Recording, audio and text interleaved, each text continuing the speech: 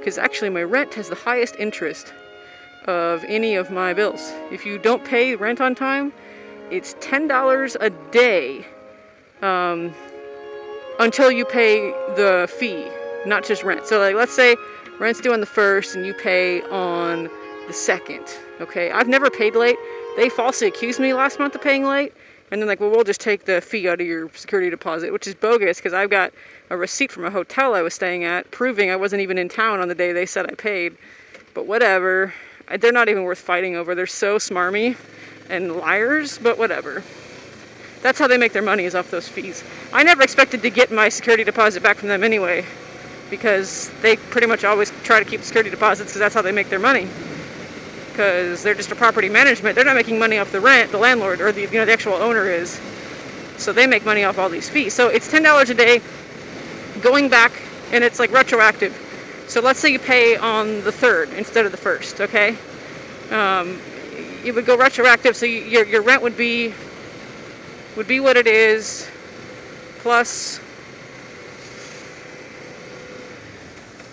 an extra $30. So let's say your rent is $200. Okay, I'm just, or $100 just to make it easier. Let's say your rent is $100. So now when you pay rent on the 3rd, you'd actually owe $130. Well, there's a grace period, they say, until the 3rd. So you have until the 3rd to pay.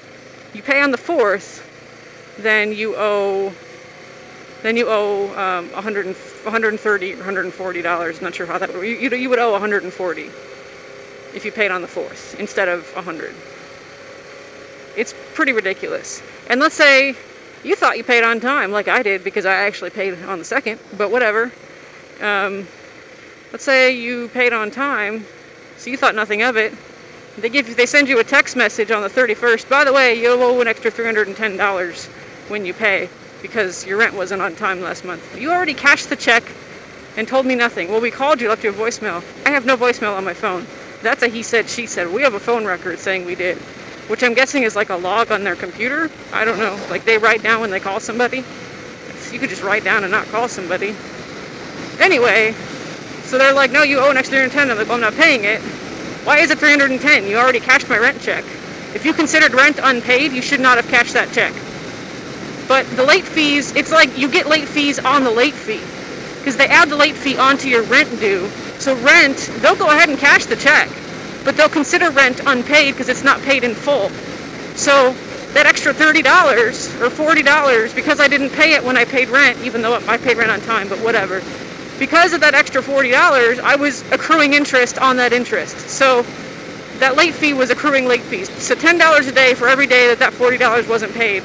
And it adds up to, by the end of the month, if it's a 31-day month, $310. And then when you go to pay rent the next month, like I did, and they tell you, oh, yeah, this isn't even going to count towards this rent. This is going to go towards your late fees. And then this month will be considered unpaid in full. And you're going to have late fees for this month, too. And I was like, you guys are just... my bank isn't even that bad, which is why now, like, if I have to choose between paying my car loan, like for the car I don't even have anymore, or paying rent, like, I have to pick rent because the bank is more forgiving than these property management company.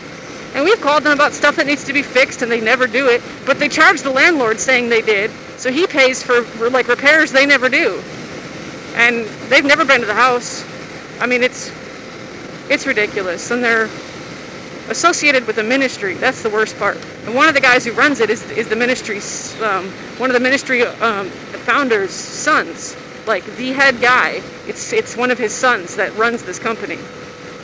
And I'm like, usury, extortion, preying on the poor. Yeah, that's biblical. And that's how they force evictions on people too, that's what they do. They tell, they don't consider them fees, they add it onto your rent. It's not a fee, technically, it's rent, technically. And so then they say your rent is unpaid, and then they try to force an eviction. And then they do that because most people, because it's based on a ministry, and I hate to say it, but a lot of people, particularly in that ministry, in that particular one, are very weak-willed people, and it's very easy to manipulate them using fear, or your rebelling against authority, and that's rebelling against God, and it's just it's called spiritual manipulation is what it's called, and it's just, and they prey on that sort of person who won't stand up for their rights, because if you stand up for your rights, then you're not being meek, and you're being rebellious, and that says the sin of witchcraft, and you're gonna go to hell or something. And so people just roll over and take it and pay these fees, and I refused. Hi.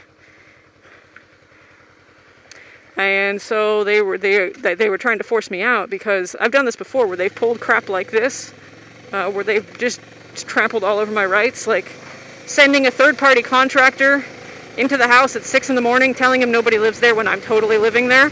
So all of a sudden these like 3 strange men just come into my house, and Batman, my dog, is barking, and I'm like freaking out, like, am I getting broke into?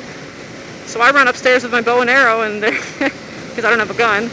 And they're like, no, the property management guys. I'm like, well, who are you and why aren't they here? Because by law, they have to give me notice. They can't lie and say nobody lives here. And they can't just give you the key. Like, they have to send someone as a representative of the property management company. Wait, I don't want this one. I want the next one. They got to send somebody as a representative of the property management company to supervise any work done by a third-party contractor.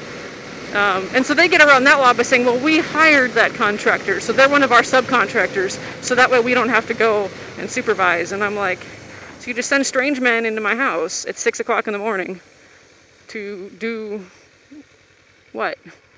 Oh, anyway, so I called them out on that, and I was like, if you ever pull crap like that again, I'll just call the police. You have to give me notice that somebody's coming, and you have to have somebody of the company, somebody from the property management company has to accompany them. That's a lot of companies.